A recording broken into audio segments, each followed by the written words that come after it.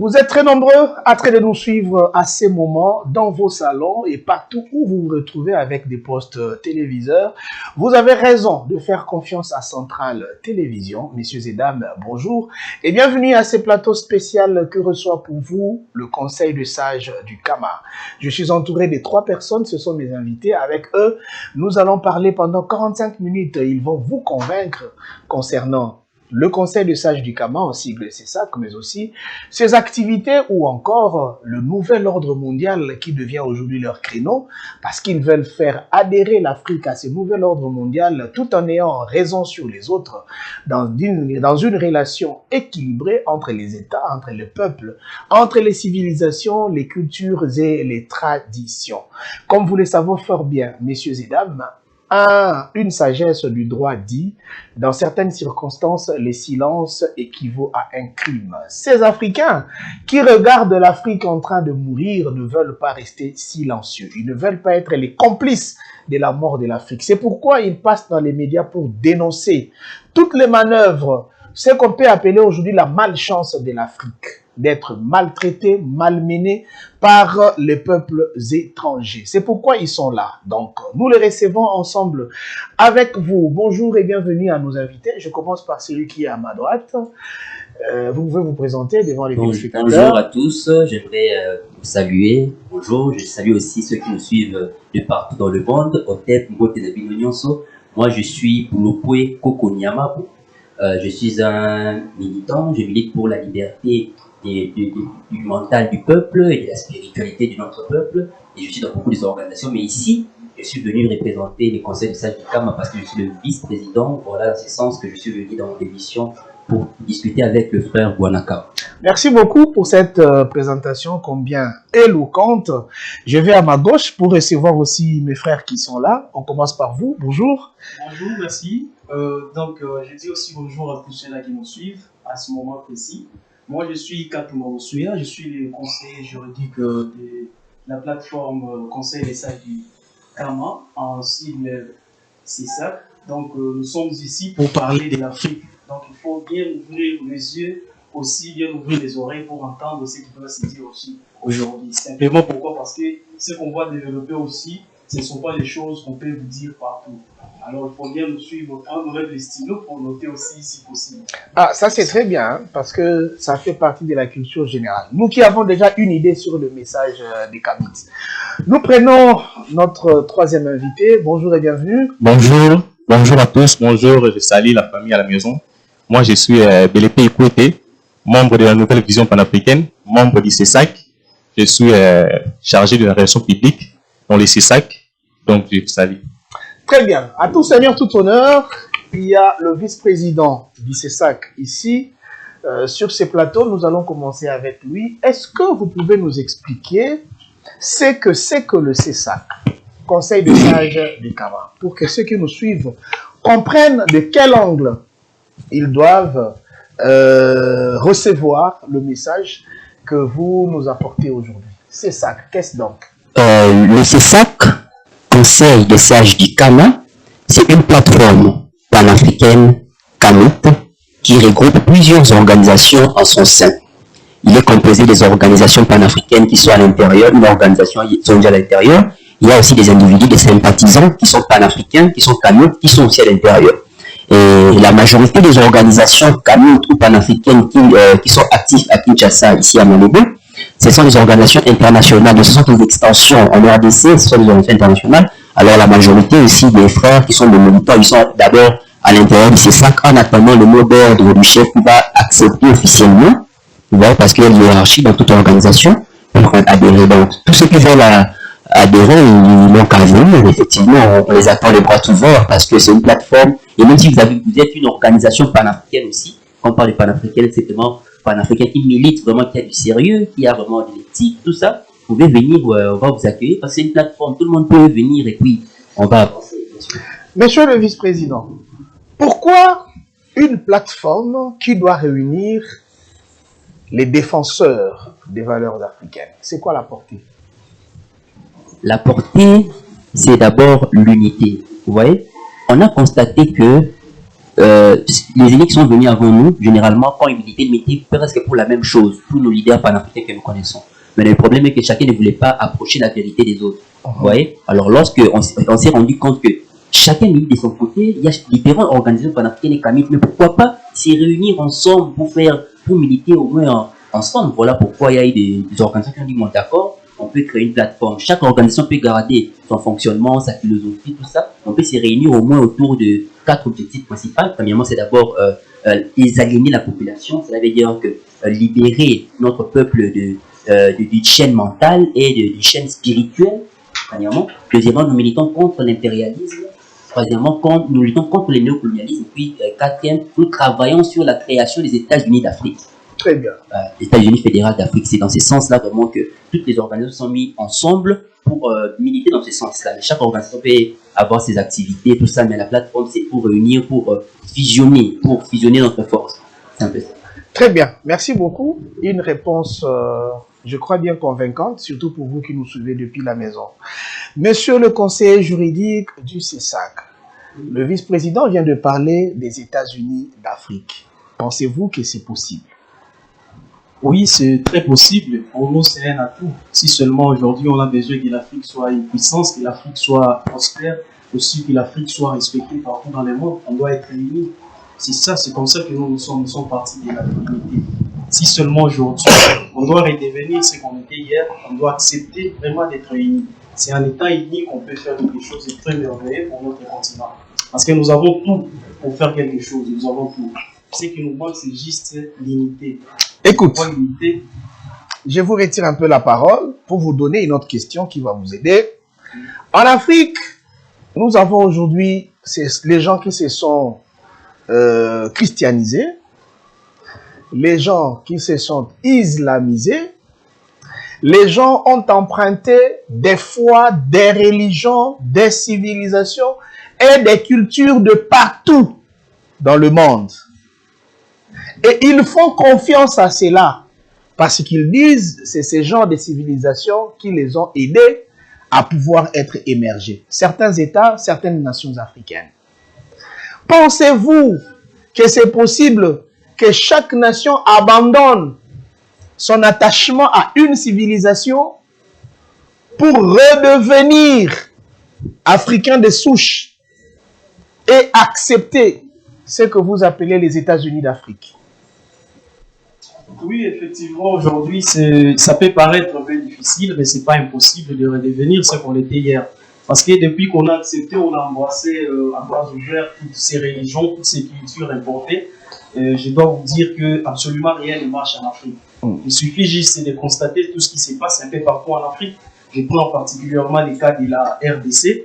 Nous sommes un pays, je dirais, nous sommes un pays vraiment christianisé. Aussi une partie musulmane aussi de notre pays, mais je vous dis, nous sommes aussi parmi les pays sous-développés. Lorsque je parle de sous-développé, donc c'est réellement un pays sous-développé. Je ne sais même pas si je dois dire un pays ou quoi, mais sinon, c'est pour dire que il est vrai qu'on peut travailler avec les autres, mais le fait de travailler avec les autres ne doit pas nous faire perdre notre sens personnel, notre être, notre soi. Donc on doit rester soi-même. Chaque peuple a ses cultures, a ses valeurs, aussi sa façon de s'orienter. Donc chaque parent avec sa maison. Si vous voulez venir donner des conseils à un parent de diriger sa maison, il ne faut pas entrer juste en profondeur, à la moelle épinière même de la famille. Non, je ne pense pas. Donc c'est ce que je pourrais dire aujourd'hui, que ce qui se passe à l'est du pays, les gens se posent beaucoup de questions. Mais c'est les mêmes personnes qui vous ont donné des civilisations que vous appelez civilisations, des grandes civilisations, l'émergence et tout. Ce sont ces mêmes personnes qui sont venues avec les messages de soi-disant d'amour. Et c'est le même message qui fait en sorte qu'à l'est du pays, il n'y a pas la paix. Vous allez constater cela. Donc c'est pour dire que c'est très important pour nous de redevenir dans nos cultures, nos valeurs. Très bien. Pour être réellement ce que nous sommes. Si on veut aujourd'hui repartir vraiment à zéro, c'est ce qui nous manque, c'est ce qui manque à l'Afrique. Donc prenez les temps auxquels les religions importées, les cultures des autres, parce que la religion c'est la culture, la culture des autres. Prenez ces temps jusqu'à nos jours ici. Absolument rien n'est va en Afrique, dans tous les domaines possibles, dans les domaines de l'économie, dans les domaines de la politique, dans les domaines de la sécurité, donc plusieurs domaines qui cadrent la vie d'une société. Ça ne va pas simplement. Pourquoi? Parce que nous ne sommes plus nous-mêmes. Très bien. Nous ne sommes plus nous-mêmes et ça cause beaucoup de difficultés. Merci beaucoup. Je donne la parole au chargé des relations publiques. Monsieur le chargé des relations publiques, pour dominer l'Afrique,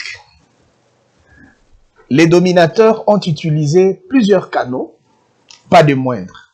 D'abord, des livres saints, la Bible, le Coran et consorts.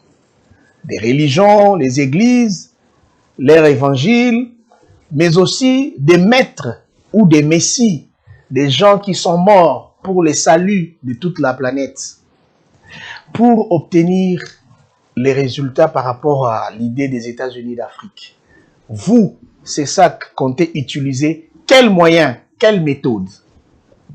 Merci pour la question. Bon, nous comptons utiliser les moyens ancestraux. Parce que avant que les religions puissent venir en Afrique, nous avons nos propres moyens, nous avons nos propres civilisations, nous avons nos propres messies à nous. Parce que si on comprend bien, les religions là sont venues copier ce qui était à nous. En fait. Si on regarde la Bible par exemple, l'histoire de Jésus, mais c'est l'histoire purement africaine. On a copié en Afrique, on a amené, je ne sais pas moi, si c'est en Mésopotamie, c'est où là-bas, ils ont inscrit ça dans un livre comme ça, ils ont amené ça ici, ils ont appelé ça la Bible. Et puis les gens commencent à répéter ces histoires-là, nuit et jour, où ils sont devenus des abrutis. Les gens ne savent plus réfléchir, parce qu'ils sont limités. On les a dit de ne pas réfléchir. Il faut croire et non réfléchir. Alors que chez nous, c'est pas comme ça. Chez nous, on réfléchit d'abord, on va bâtir notre civilisation sur le plan scientifique d'abord, après spirituel, après graduellement. Très bien. Alors, vous êtes jeune, très beau, très mignon, comme ceux qui nous suivent peuvent remarquer avec nous. Est-ce que vous n'êtes pas gêné d'être défenseur des valeurs ancestrales, soit de la civilisation africaine, une civilisation qui est pourtant récusée, refutée de partout à travers le monde, et que nous savons qu'aujourd'hui, nous avons intérêt à suivre ceux qui ont réussi à développer leur nation, leur pays. Vous n'êtes pas gêné d'être dans une telle démarche? Non. Comment je serais gêné alors que je défends mes ancêtres? C'est insensé. Sinon, alors, je n'existais pas. Les autres défendent leurs ancêtres. Ils sont normaux, ils sont... Pourquoi moi je défendrais les ancêtres des autres alors que mes ancêtres sont là? J'ai les... Comment on appelle ça? Pas fou comme ça. C'est pas normal, sinon je ne serais pas un être humain. Donc nous défendons notre culture à nous, nous sommes fiers de défendre notre culture à nous, nous défendons notre culture jusqu'à la fin. S'il faut mourir pour ça, nous allons mourir pour ça. Donc je pense qu'il n'y a rien, il n'y a pas de commentaire à faire là-dessus. On est jeunes, on va défendre notre culture et on fera en sorte que les autres puissent adhérer à notre combat aussi et défendre notre culture ensemble. Merci beaucoup. Ce sont des réponses très pertinentes et ça fait vraiment le bonheur de ceux qui nous suivent, surtout quand ils voient que ce sont des jeunes gens qui tiennent des propos comme ça. Oh là là, si depuis les années 1600, 1700, on pouvait avoir des milliers de jeunes qui réfléchissent de cette façon, bien certainement, ces combats auraient déjà produit un résultat très, très, très satisfaisant. Alors, monsieur le vice-président, dernièrement, le CESAC était reçu à l'ambassade de la Russie, ici en RDC. C'était pour une mini-conférence concernant le nouvel ordre mondial. Peut-on connaître l'enjeu, les contenus de ces grands rendez-vous? Nous avons vu cela en images à travers les médias et tout ça. C'était quoi le message? C'était quoi la démarche? En fait, nous avons compris, parce que ce sont des données spirituelles, effectivement, parce que le monde, l'univers fonctionne par rapport à des cycles, par rapport à des périodes. Alors, actuellement, nous avons changé de période. Nous sommes maintenant dans, comme on l'appelle, généralement, on parle de l'ère du Verseau par rapport à ça. En Égypte antique, on avait appelé ça l'ère de Hapi, Sekhmet, Sakamatu. Ouais. Dans nos traditions, dans nos cosmologies initiatiques, on parle de Congo, Sika, et puis... Non, j'arrive. Je ne vous interromps pas. Je veux que quand vous expliquez ces choses, ouais, que vous puissiez être le plus limpide que possible. Parce que je veux que ceux qui nous suivent ne connaissent pas assez de difficultés pour décoder le message que vous êtes en train de véhiculer. Voyez-vous? Alors, quand vous parlez l'ère du Verseau, l'ère de ceci, c'est là, parlez-en, mais avec beaucoup de limpidité. C'est ce que je voulais vous expliquer à ça. Ah d'accord, pas de problème pour ça, je serai un peu plus limpide. Cela veut dire que le monde, l'univers fonctionne par rapport à des cycles. Vous voyez, il y a des cycles par rapport, et puis maintenant là, on vient de quitter un cycle précis. Tu vois, le cycle de l'ère du poisson qui consistait à ce que la cupidité puisse avoir la place, ça a permis la guerre, ça a permis tout ça. Ouais, c'était une époque propice parce que les gens étaient un peu dupes, tout ça, tout ça. Nous avons quitté ces cycles pour entrer dans un autre cycle spirituel, un cycle énergétique, nouvelle source d'énergie. Vous voyez, mais dans ces cycles-là, nos ancêtres, par exemple, on parle de, généralement les gens peuvent voir, on parle maintenant actuellement que nous entrons dans l'ère du Verseau. Ces cycles-là, ils sont naturels. Naturel. C'est programmé, c'est créé. Il n'y a pas une. Non, en fait, non, il n'y a pas l'homme qui décide dans tout ça. C'est cosmique, ce sont des lois naturelles. C'est-à-dire comment savoir que nous avons changé de cycle? Effectivement, il suffit juste d'observer le ciel. Effectivement, il suffit juste d'observer le ciel. C'est-à-dire que lorsque nous entrons dans le période des équinoxes, là on est en mars et septembre, il suffit juste d'observer le ciel et voir quelle est la constellation qui est à sa place là. Et puis ça bouge à travers les temps parce que le calendrier total ça fait 26 000 ans. Vous voyez, quand on divise par 12, ça fait 2000 ans, 2150 ans, 2150 et quelques. Ouais. Alors, ça veut dire que nous allons entrer dans l'ère du poisson, qui venait de faire 2150 ans environ. Et puis maintenant, là, nous entrons dans l'ère de Verseau qui va aussi durer 2150 ans aussi. Vous voyez, ce sont des données cosmiques. C'est-à-dire que dans l'ère du Verseau, il y aura l'abondance pour tous. Ça sera, comme on dit, comme c'est qu'on a dit de ça veut dire qu'il y aura la paix dans le monde à la paix, ça sera un monde magnifique. Vous voyez. Maintenant, pour traverser vers ce monde, le problème est qu'il y a maintenant d'autres puissances qui n'aimeraient pas que nous entrions dans ce monde-là de la générosité, du partage. Voilà, ils sont maintenant contre cela. Vous voyez. Et voilà maintenant la guerre. Nous sommes maintenant pendant la période de transition.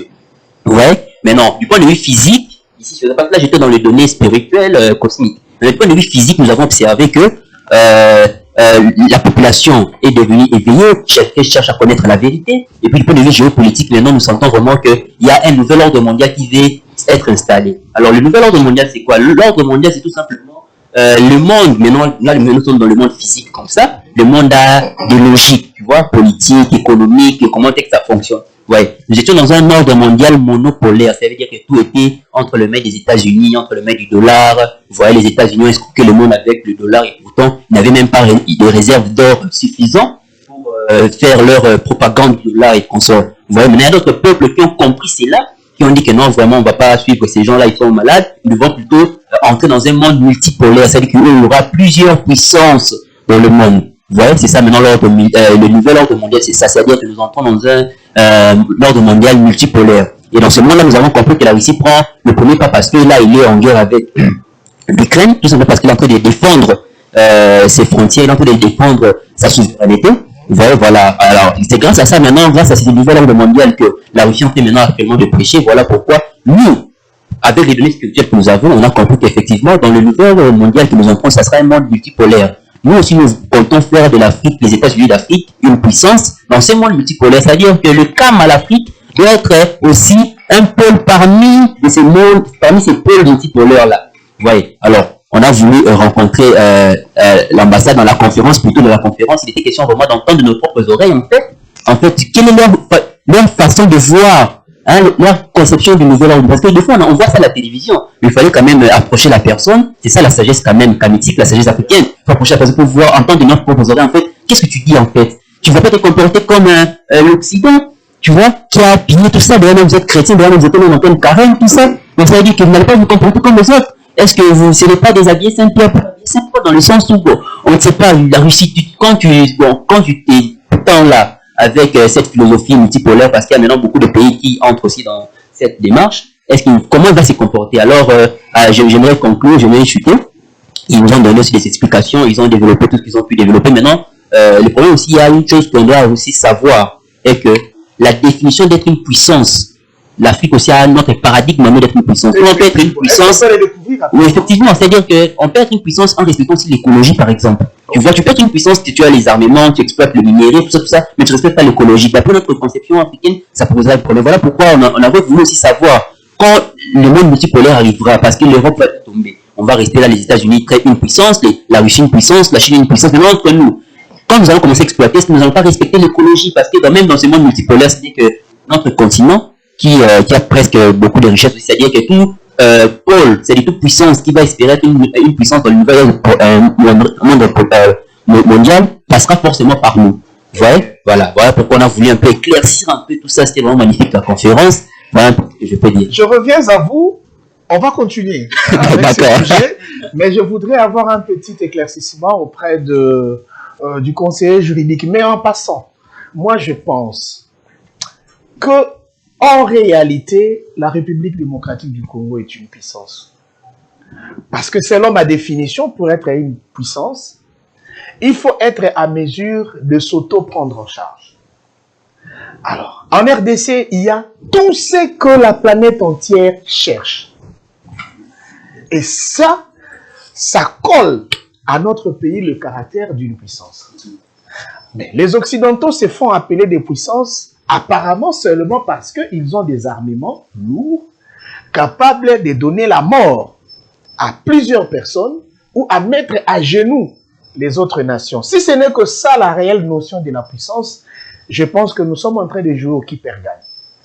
Alors, il faut différencier l'intelligence et la ruse parce que on risque de copier le négatif croyant que nous sommes dans les bons. Alors, monsieur le conseiller juridique, il n'y a pas longtemps, au niveau du Conseil de sécurité des Nations Unies, on avait invité les nations du monde, surtout les nations africaines, à se prononcer par rapport au conflit qui règne entre la Russie et l'Ukraine.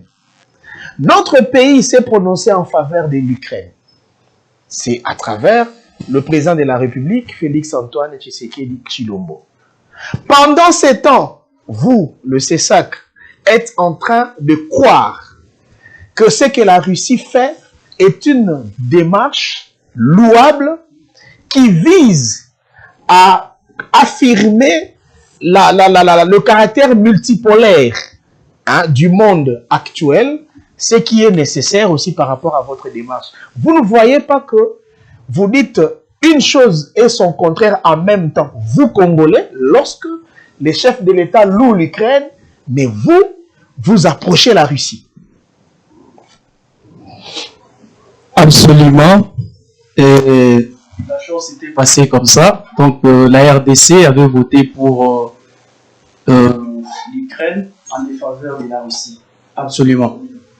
Je pense que notre pays, jusque-là, a beaucoup de choses à apprendre encore. Un chef de l'État doit aussi s'entourer de conseillers dans plusieurs domaines. Et je pense bien que nous avons une démarche propre à nous. Et c'est la raison pour laquelle le CESAC est là. C'est justement pour aider, n'est-ce pas, à pallier à certaines situations. Aujourd'hui, en Afrique, vous allez comprendre que on nous impose certaines choses. Lorsqu'on nous invite quelque part, on fait justement, donc on fait croire aux autres que, en réalité, les Africains ne se prennent pas à la table de discussion. Or, ce n'est pas le cas. Est-ce que votre démarche ne risquerait pas d'être vaine au moment où vous vous mettez d'accord avec la Russie et que les décideurs, qui est le président de la République, ne partagent pas votre entendement des choses? Ça, vous ne trouvez pas que... Non, non. Nous avons de l'espoir. Nous avons de l'espoir et nous avons de l'assurance. Nous savons que ce que nous sommes en train de faire doit produire des fruits qui vont permettre notre pays à avancer, dans notre continent à avancer. Vous voyez un peu. Donc c'est juste un temps, nous quittons un temps pour notre temps. Donc il faut juste comprendre que dans ces temps, il y a certains préalables qu'il faut d'abord remplir. Donc des préalables qui sont prescrits par certaines personnes qui se qualifient ou qui s'auto-qualifient puissantes, qui ont compris que non, il faut imposer aux autres certaines lignes à suivre. Et donc c'est ce qui se passe aujourd'hui. D'où la nécessité, je pense bien, de mener une démarche assidue dans le sens de s'ériger en conseiller d'abord de ceux qui nous dirigent. Il faut leur prodiguer des conseils, il faut leur faire voir la lumière afin qu'ensemble, nous puissions mener cette démarche pour que l'on puisse réussir. Sinon, eux seront les premiers ennemis du CESAC. Voilà. Alors, nous retournons du côté du vice-président. Oui. Dans l'histoire, nous n'avons pas vu la Russie être un géant dominateur, par exemple, d'une nation africaine. Ne pensez-vous pas qu'aujourd'hui, la Russie aimerait lui aussi, elle aussi, dominer, coloniser l'Afrique à sa manière, et que cette fois-là, le CESAC est en train d'aller se jeter dans la bouche du crocodile? Non, bien sûr que non. Tout simplement parce que la Russie a tout pour vivre. Hein. Tu vois, comme tu viens de le dire, il n'a pas de colonie, tout ça, systématique, comme par exemple la France et la Belgique.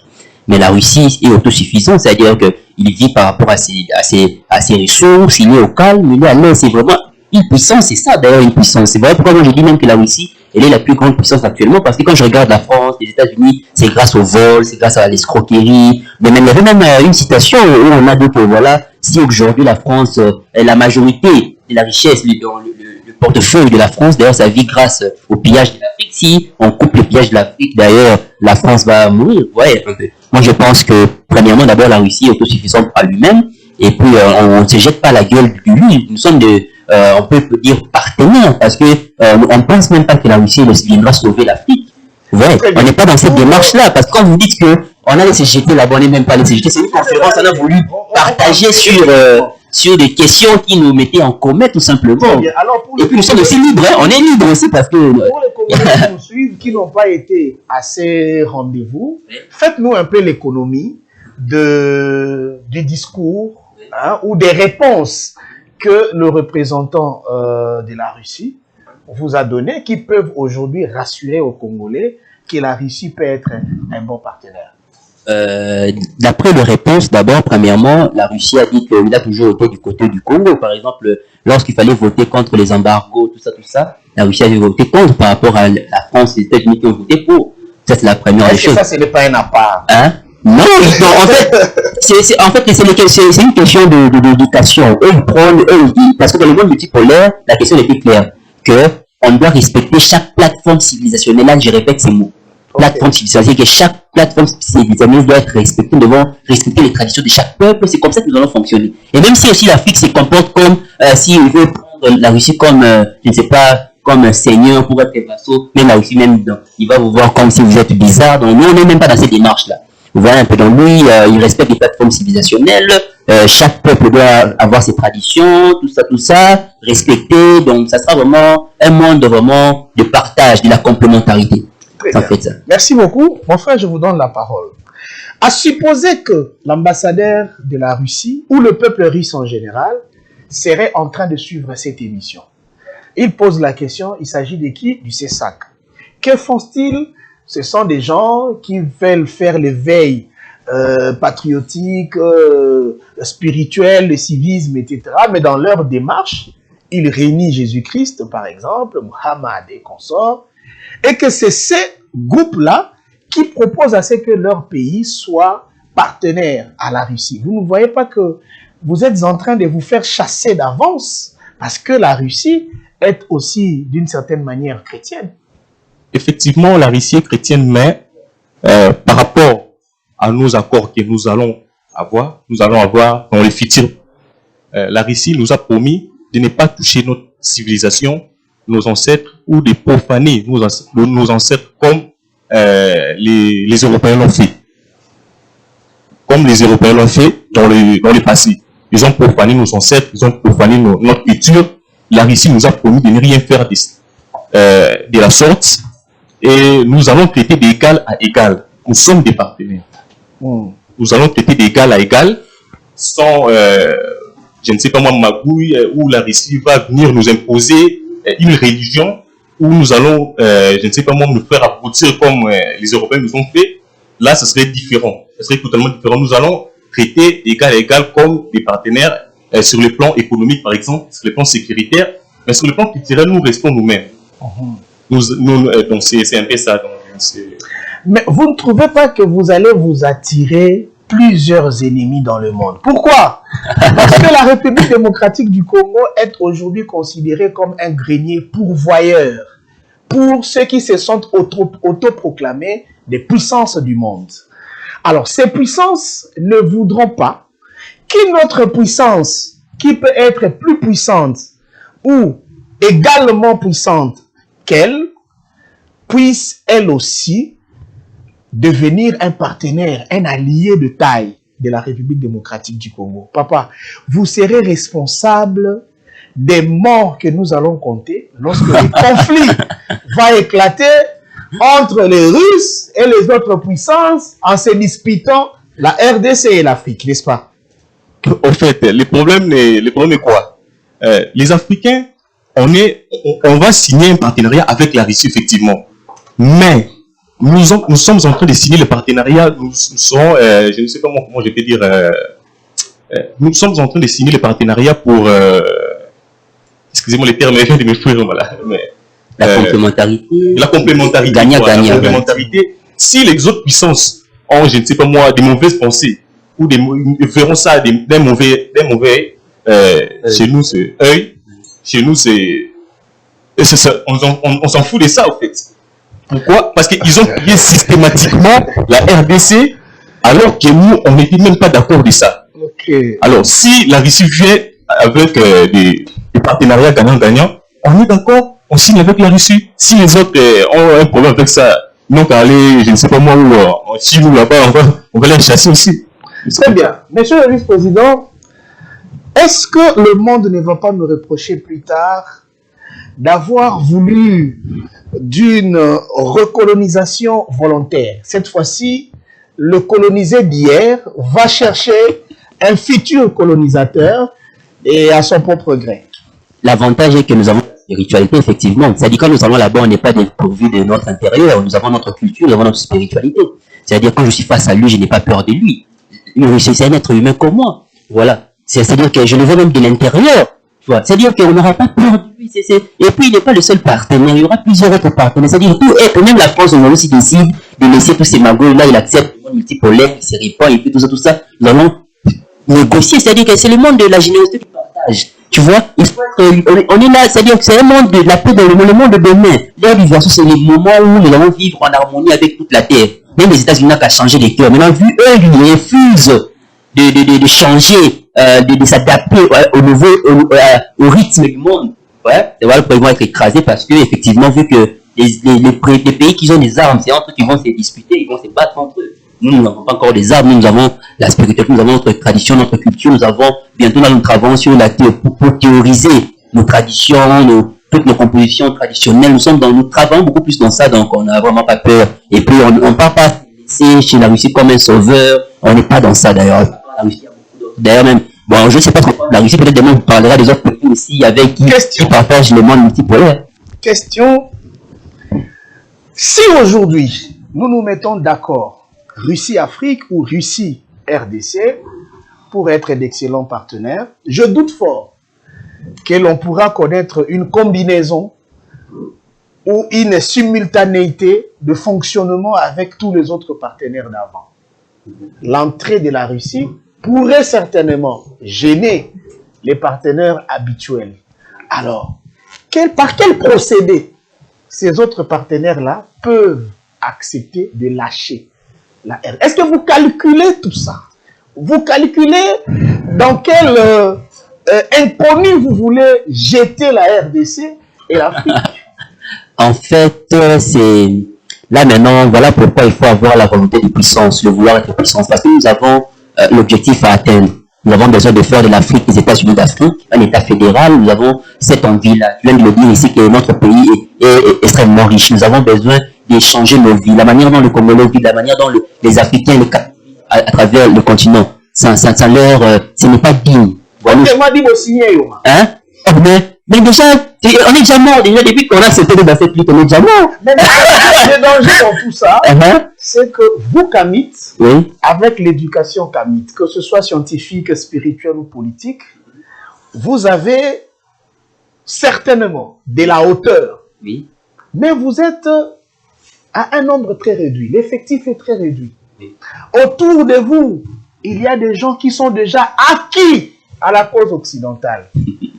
Voilà votre premier malheur, votre première pesanteur. Mais comment comptez-vous faire avec cette pesanteur? Nous sommes dans l'ère du verso, je vous l'ai dit. Tout le monde cherche à comprendre ce qui se passe à travers le monde. Ça veut dire que moi je pense qu'on est à nombreux, il y a peut-être d'autres qui ont peur de venir lutter, effectivement. Mais ceux qui sont avec nous, on sent vraiment que le veille monte. C'est-à-dire dans 3 mois, beaucoup de gens qui arrivent, beaucoup de gens qui prennent conscience. Je pense que déjà le nombre augmente. Mais par rapport à la crainte, vraiment la crainte, on a vraiment plus peur. Vraiment. On est objectif dans ce qu'on fait et puis nous allons avancer jusqu'à la fête, signer carrément dans cela. Et cette lutte ici, vraiment, je ne sais pas, c'est quelque chose que tout le monde doit comprendre. Tu vois, tout le monde doit comprendre d'abord les enjeux, tout le monde doit comprendre que voilà, tout doit changer, nous devons être une puissance. C'est-à-dire que tous les Africains doivent mettre en tête qu'ils devons être une puissance dans ce monde multipolaire. Parce que c'est une réalité. Tu vois, actuellement, regardez avec le BRICS, c'est-à-dire que tout le monde, il y a le Brésil, la Russie, les autres pays qui sont déjà dans la musique. Nous, on a peur. Nos dirigeants, peut-être, ont peur de faire cela, je comprends, parce que, bon, je comprends, il y a d'autres qui sont allumés, il y a d'autres qui, ils ont encore peur. Bon, voilà. Mais vu que chaque être humain est libre, voilà, nous, on est libre à partager nos idées, à faire nos actions. Et puis, nous militons. C'est pour ça même que nous sommes, on s'est réincarné, effectivement, pour militer, pour changer les continents. Alors, bien. Pourquoi pas accéder dans ce monde multiple. Très bien. Je reviens toujours à vous, monsieur le vice-président. On n'invente pas là-haut. Tous on sait qu'aujourd'hui, pour devenir une puissance, un pays émergent, il faut des capitaux. Il faut des moyens. Les puissances européennes ou occidentales en général, les sont ou s'affirment en tant que puissance, c'est aussi parce que d'une certaine manière, ils nourrissent les pays africains et même le Congo, notre pays. Pour organiser même des grands forums de paix, on a besoin d'eux. Pour organiser même les jeux, le loisir, on a besoin d'eux. Ils nous apportent des capitaux. La Russie, elle, n'est pas une puissance d'ordre économique. Comment voulez-vous que le Congo prenne comme partenaire cette Russie qui économiquement est faible face à des puissances qui économiquement sont fortes? Et pour la cause de la RDC, ces puissances peuvent accepter de joindre leurs efforts pour écraser la seule Russie.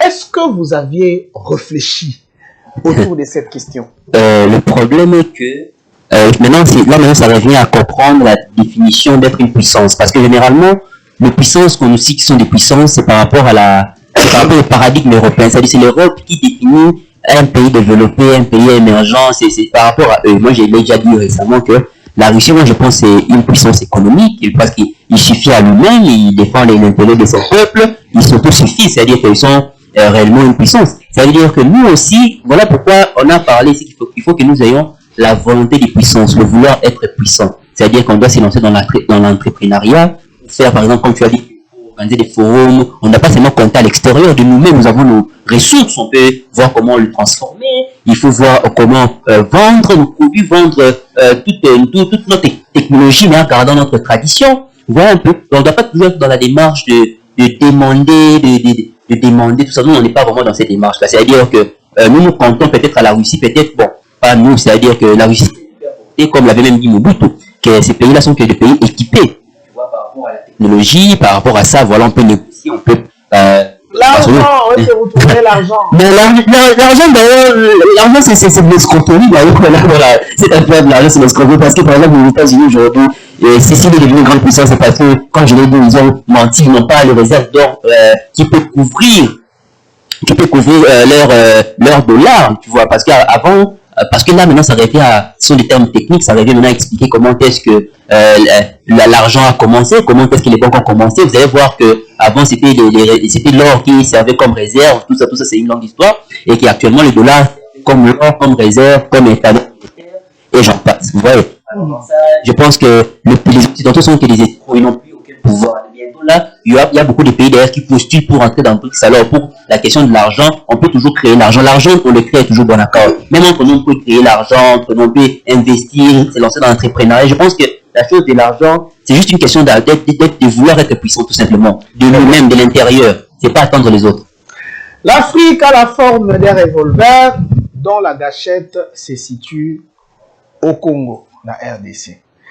Est-ce cet argument qui vous donne l'audace d'oser cette démarche dans laquelle vous êtes, ou c'est parce que vous êtes suffisamment préparé pour y parvenir?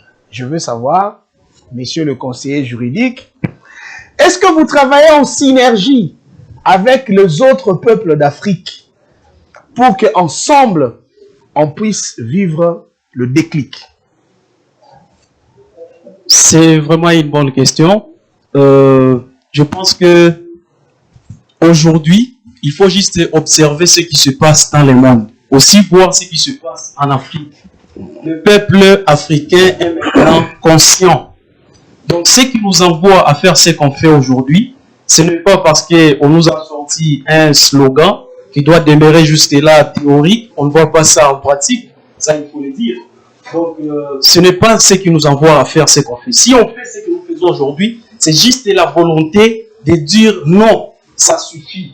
Assez. On en a marre. On en a marre.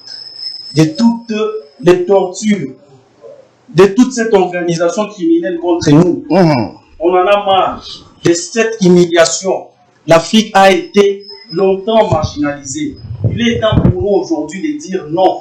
Et je dois vous dire aujourd'hui que moi qui parle ici, je suis le porte-parole d'une organisation internationale qui fait effectivement partie du CESAC. Cette organisation dénommée Communauté Kamite Internationale, cette organisation est représentée dans plusieurs pays d'Afrique et disons seulement dans le monde entier. Un peu partout où il y a les Noirs et ceux-là qui ont peut-être cette peau mais qui veulent quand même nous aider. Très bien. Je prends ici les cas de la Russie. Donc, ouais, donc je voulais simplement dire que nous sommes un peu partout. Aujourd'hui, si l'Afrique se réveille, nous nous réveillons simplement parce que depuis longtemps, on a organisé notre souffrance. Alors, étant un homme conscient, parce qu'on dit s'il y a Dieu qui a créé l'homme avec un cerveau, on doit se servir de nos cerveaux. Donc, nous avons une colonne qui tient aussi notre mental debout. Alors, aujourd'hui, on a pris la résolution de dire non, c'est fini. On ne doit plus aller dans cette direction-là. On doit nous-mêmes nous prendre en charge. On doit assumer nous-mêmes notre survie, notre demain, le lendemain de nos enfants aussi. Merci. Nous sommes vraiment à la fin de cette émission. En chutant, je vais donner aussi la parole à notre chargé des relations publiques. Mais nous allons clôturer avec le vice-président à tout seigneur, tout honneur. Rapidement, cher Kamite. Actuellement, avant l'arrivée de Macron, son Excellence Emmanuel Macron, nous avons vu beaucoup de jeunes de mouvements citoyens en train de brandir des calicots, etc., avec le nom de Poutine, avec le nom de la Russie, comme pour dire que la Russie devenait aujourd'hui le sauveur de l'Afrique ou de la République démocratique du Congo. Est-ce comme ça que nous devons comprendre les choses? La Russie vient pour sauver l'Afrique, c'est ça? Non, la Russie ne vient pas pour sauver l'Afrique, en fait. Mais les peuples en ont marre de la France et des États-Unis. En fait, ils nous ont amenés dans un paradigme où nous n'arrivons plus à supporter ça. Donc, ils nous ont pillés systématiquement. Ils ont apporté la guerre à l'Est et puis ils viennent nous donner des leçons ici. Alors, les peuples en ont marre de ça. Alors, nous croyons en Russie parce que nous pensons que Poutine et son idéologie peuvent nous apporter quelque chose que la France n'a pas apporté. En fait. Très bien. Donc, oui. Effectivement. Effectivement. Merci, on clôture avec vous. Mais devant l'ambassade de la France, vous allez ramasser ça. La toute dernière question avant qu'on se sépare, c'est de savoir, cette démarche ne concerne que les Kamites ou des panafricanistes ou même les chrétiens congolais, les musulmans congolais peuvent aussi se joindre à vous dans cette démarche pour libérer l'Afrique. Ça sera la dernière parole pour vous et on clôture. Nous militons avec la spiritualité à côté, avec notre tradition. C'est-à-dire que eux aussi, d'ailleurs, ils ne vont pas venir parce qu'ils n'aiment pas la tradition. C'est-à-dire une personne qui doit venir, c'est seulement une personne qui veut militer en corps, esprit et âme. Mais ils sont les bienvenus. Bon, ils sont les bienvenus parce que tout le monde est les bienvenus chez nous, peuvent venir, mais notre lutte est aussi spirituelle. En tout cas, ils doivent s'engager jusque-là parce que l'autodétermination, ça doit venir de toi, autodétermination. Or, le véritable de toi, c'est ton esprit. Alors, si cette lutte ici ne vient pas de ton esprit, je doute même de toi. Merci beaucoup. Vous étiez nombreux en train de nous suivre. Là, nous avions reçu les membres de CESAC, qui signifie Conseil des sages du Kama. Ce sont les défenseurs de l'identité africaine, des intérêts de l'Afrique. Vous les avez écoutés. Nous allons le recevoir davantage à chaque fois qu'ils auront des messages à véhiculer et à chaque fois que vous allez nous recommander leur présence sur notre plateau. Ainsi prend fin cette émission. Je salue quand même une personne qui était devant son poste téléviseur en train de nous suivre du début à la fin, qui m'a écrit plusieurs fois. Elle s'appelle Madame Dolarine Nzengo. Merci à toi. Merci au Chenou Tilobo Lalo Ilondo. Merci à vous tous qui avez suivi et qui avez béni cette émission. Merci à Centrale Télévision. Nous nous disons bye bye et à la prochaine. À la prochaine.